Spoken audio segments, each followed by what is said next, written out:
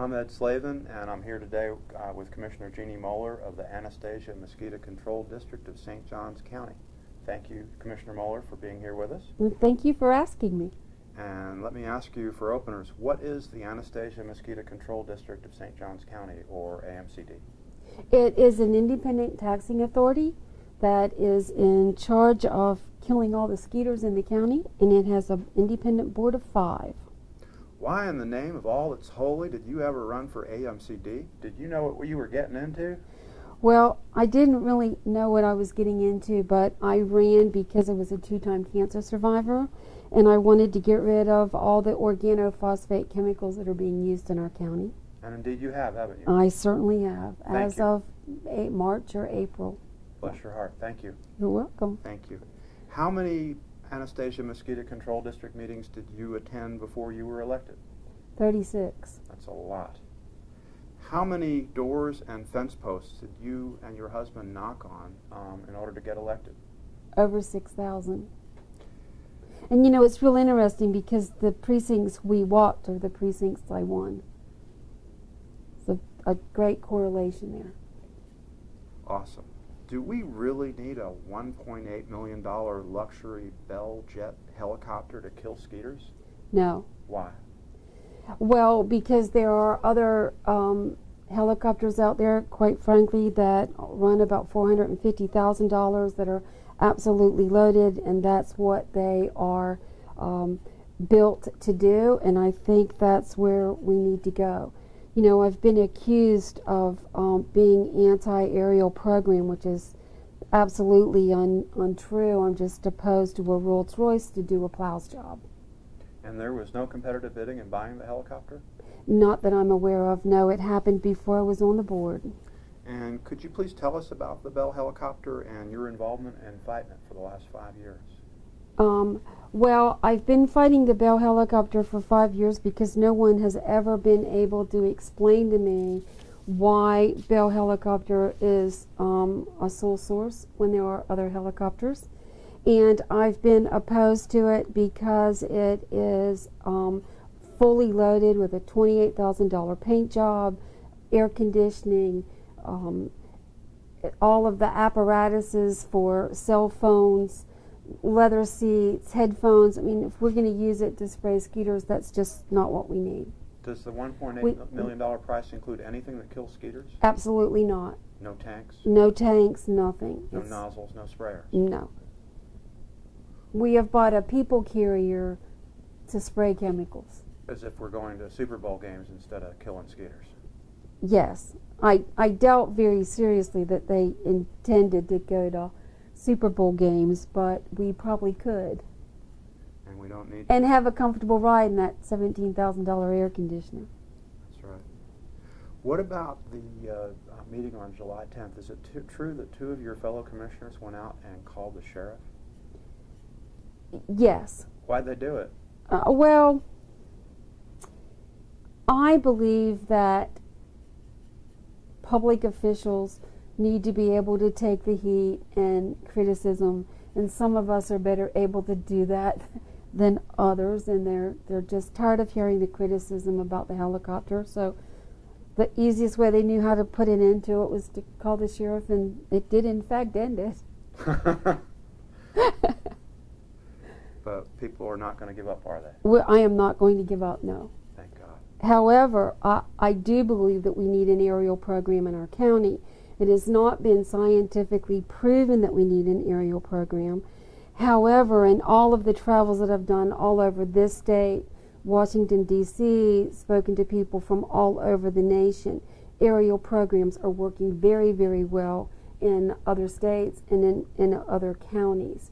So I believe that if we can get the right priced helicopter to do the job we need it to do, that eventually, within the first 2 or 3 years of having an aerial program, we will be able to cut back on staff because it takes that long to get a new program running. So I believe in the long run it will save our St. Johns County taxpayers money.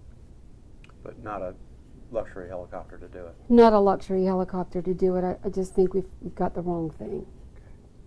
Why did 2 lawyers quit AMCD? Well, Mr. Dobson quit in January. He became a little irate at one of our meetings and left in the middle of the meeting, and you'll have to ask him that. And Carolyn Ansay quit, and her statement to me was she wanted to work with a board that truly wanted to improve itself and get down to the business of doing business. And as you know, Ed, this has been a very contentious board. So that's why she quit. And did two of your commissioners violate the Sunshine Law back on July 10th by meeting with Ms. Ansay's associate in a meeting that was videotaped after they called the sheriff after the meeting adjourned? Well, you know, you and I have disagreed on this from the very beginning. I personally do not believe there was a sunshine violation. It may appear to be such, but if you really listen to what was said, I think Ms. Harris's intent was to speak to our chairwoman, Ms. Basenko, and like I said, we had a contentious board, and I believe Ms. Wampler just absolutely interrupted and created the scene that has created the sunshine violation allegations. So you think maybe Ms. Wampler violated the Sunshine Law, though, by talking to the other two?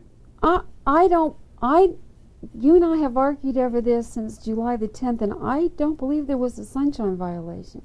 However, I'll be glad to put my picture on the front page of the record and say I was wrong. So you do think we need an aerial spraying program, though? Yes, we need an aerial spraying program. And how best should we determine if we need one? Well, you know, everybody wants scientific data, and there is truly not a lot of scientific data anywhere. But if you talk to the people who live in the most populated downtown areas of St. Augustine, they are not the people who are complaining about mosquitoes on a regular basis.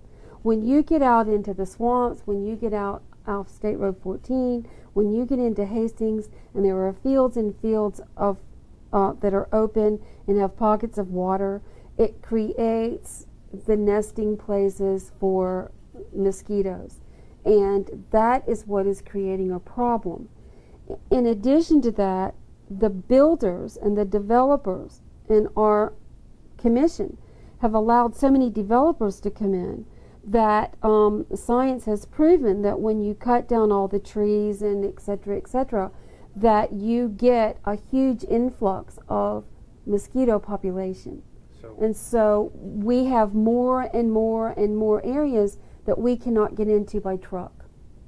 And mosquitoes carry disease. We've just got information today. We've had our first case of West Nile virus with a chicken. So it's very important that we take care of the health and welfare of our residents. How would you vote if the question was put on the ballot as to whether or not the county commission should take over the mosquito control district? The voters need to vote no, because they are not going to see a tax decrease. If they vote yes, they will end up with a fee. And it would be harder on working people because they would pay per house? They'll pay per house rather than per their property tax. So if people... So, yes, and so people who are in mobile homes, in small older houses over in West Augustine, will definitely be paying more. So the poor would pay more. Thank you. Thank you for your candor. Where and when can people speak out against this helicopter? Our meetings are always the second Thursday of the month at 4 o'clock at 500 Old Beach Road.